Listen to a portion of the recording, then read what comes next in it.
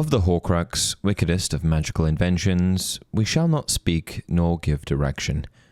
That quote comes directly from Magique Most Evil, a dark arts reference book written by the Dark Wizard and former Elder Wand owner Godelot in the Middle Ages. The book was taken from the Hogwarts Library's restricted section by Hermione in 1997 in the hopes of gaining a better understanding of Voldemort's Horcruxes.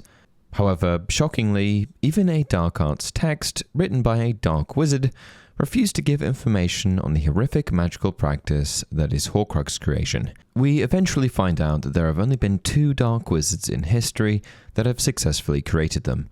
The first being Herpo the Foul, an ancient dark wizard that hailed from Greece, and the second being a young boy by the name of Tom Riddle, Voldemort.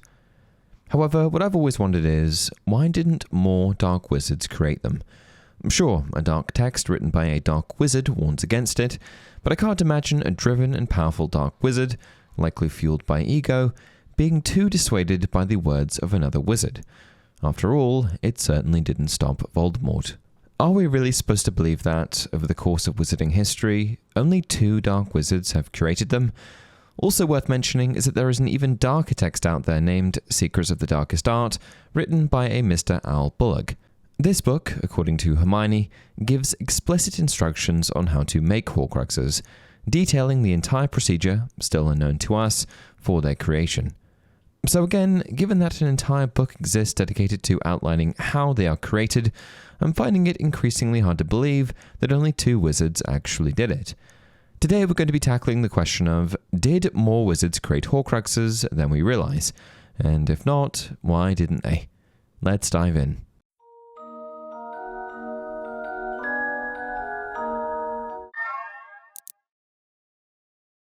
Hey everyone, welcome to another installment of Harry Potter Theory. Creating a Horcrux, which defies the natural order of life and death, is considered one of the most abominable practices in the wizarding world. These cursed objects, created through an unnamed and forbidden process, are known for their ability to fragment the soul, preserving it beyond death and granting the creator an impenetrable shield of immortality. However, the process involved with creating said Horcrux is still very much shrouded in mystery. All we know is that J.K. Rowling feels as though the process is so horrible that it's hard to even talk about. I see it as a series of things you'd have to do. So you'd have to perform a spell, but you'd also... I don't even know if I want to say it out loud. I know that sounds funny, but I did really think it through. There are 2 things that I think are too horrible, actually, to go into detail about. But what we do know is that creating one comes at a great cost, one that Voldemort seemingly overlooked. Which brings me to my first theory for why so few wizards dared to create one. The price you pay. While it's likely that many dark wizards sought power and immortality, I suspect that most who were skilled enough to create a Horcrux were also wise enough to recognize the risks. Unlike Voldemort, who was blinded by arrogance and an insatiable hunger for dominance, my feeling is that most others understood that splitting one's soul, which is integral to the very act of creating a Horcrux, came at a terrible cost. What we have to remember here is that Horcruxes are soul containers, objects in which the Dark Witch or Wizard in question have successfully imparted a piece of themselves. And in order to place a piece of your soul in another object, it needs to be split, and ultimately destabilized, something which I imagine most Dark Wizards weren't willing to do. Ultimately, the soul, which is the life force by which both a corporeal and incorporeal form can be distinguished, is what defines us. A kind of immaterial, spiritual essence that serves as an actuating cause of an individual's life. It's what makes us tick. You can exist without your soul, you know, as long as your brain and heart are still working. But you'll have no sense of self anymore, no memory, no anything. There's no chance at all of recovery. You'll just exist as an empty shell. And your soul is gone forever. Lost. Harry Potter very much perpetuates the idea that ultimately the physical body is merely a shell, a vessel that merely transports the vital life force within, and because the soul is immaterial, it exists forever.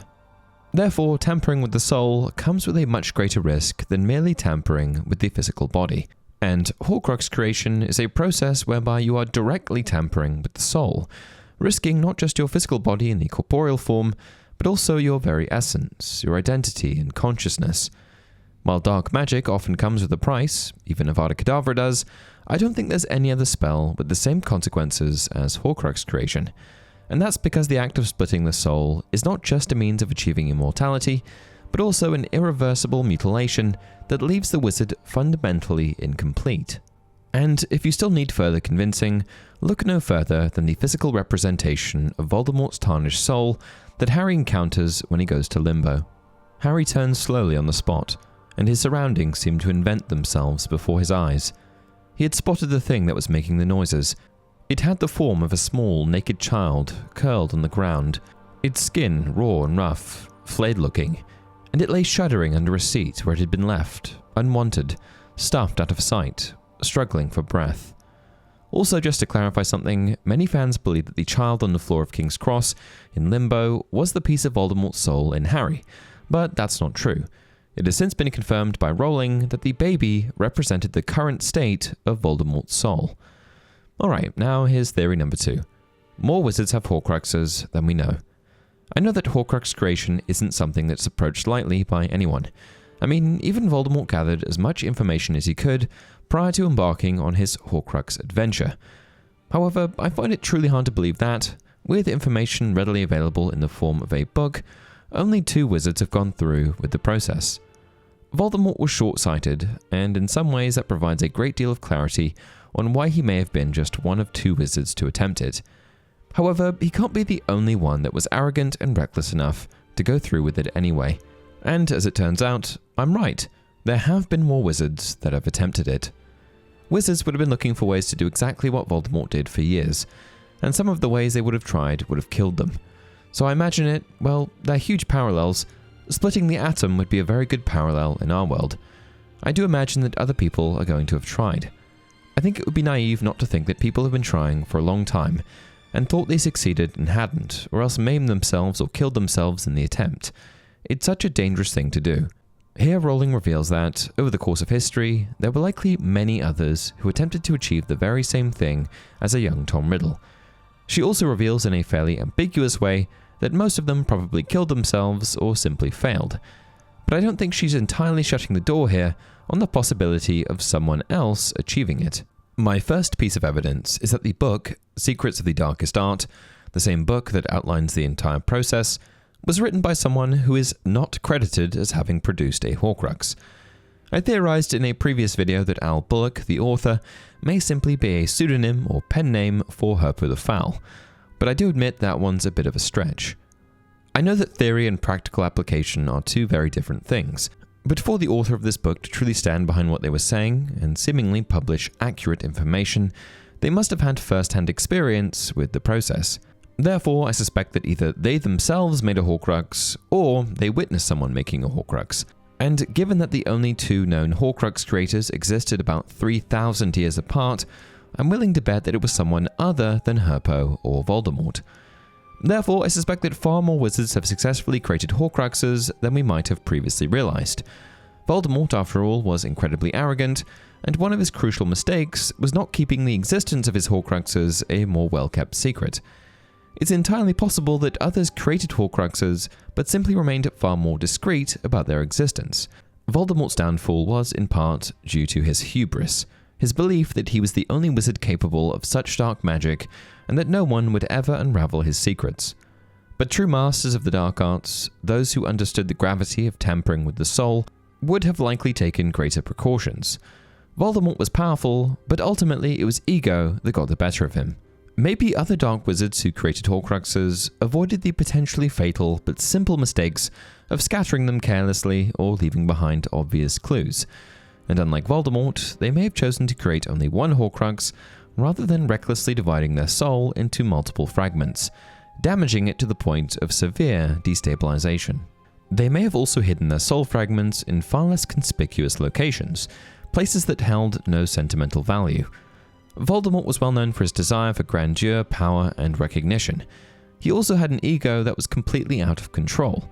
And these are all important personality traits to consider, because this is exactly the type of person that would choose or associate his Horcruxes with significant locations or objects that held personal meaning to him, all indicative of his narcissistic and ego-driven nature.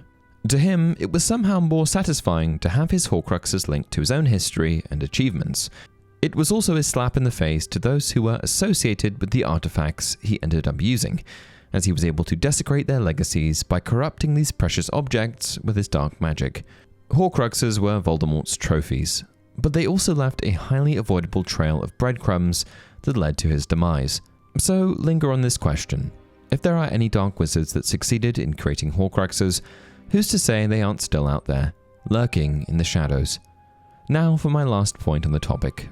Why not the Death Eaters? On the topic of Horcrux creation, it's hard to ignore the Death Eaters. I mean, who would be a better next in line to create a Horcrux than one of Voldemort's most loyal and trusted servants? These were pureblood fanatics capable of nearly everything Voldemort was, that followed Voldemort to the grave. So is it unreasonable to think that they may have also been good candidates for Horcrux creation? And my first question is, did they even know about them? Well, according to the following quote from Voldemort, they at least knew something about what he had done. And then I ask myself, but how could they have believed I would not rise again? They, who knew the steps I took long ago to guard myself against mortal death. He says it right here, who knew the steps I took. So surely this suggested he'd educated them on the process. But if that was the case, why not allow them to create Horcruxes of their own? Why did none of them follow in his footsteps?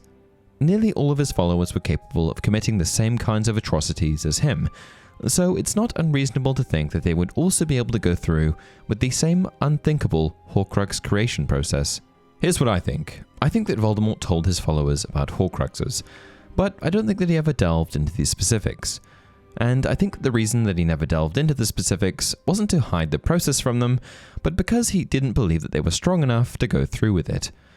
Another thing worth considering here is that creating a Horcrux is one of the most difficult, extreme, and unknown magical processes known in the wizarding world. And if it was hard going for someone like Voldemort, one of the most innately powerful wizards of all time, then how can we reasonably expect that the Death Eaters would be successful? Why would he encourage and risk losing his followers to a process that he knew that they wouldn't be able to handle? He had very little to gain from teaching them that kind of magic.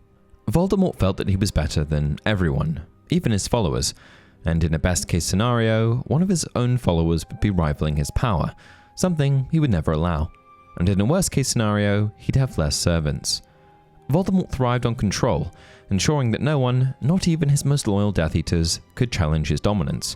And if he had shared the secret of Horcrux creation, he would have risked elevating others to a level where they might one day oppose him. At the end of the day, even his closest allies like Bellatrix Lestrange were only ever tools to serve his ambitions, not equals. And his entire philosophy was built on the belief that only he was worthy of immortality. The very idea of another wizard, especially a subordinate, achieving the same was an insult to his ego. And that's it for this video. Which theory do you subscribe to? Did no one even try? Did many try and fail? Or are there potentially a bunch of Horcrux creators out there that simply covered their tracks better than Voldemort did? Let me know down in the comment section below. Until next time, remember, it does not do to dwell on dreams and to forget to live.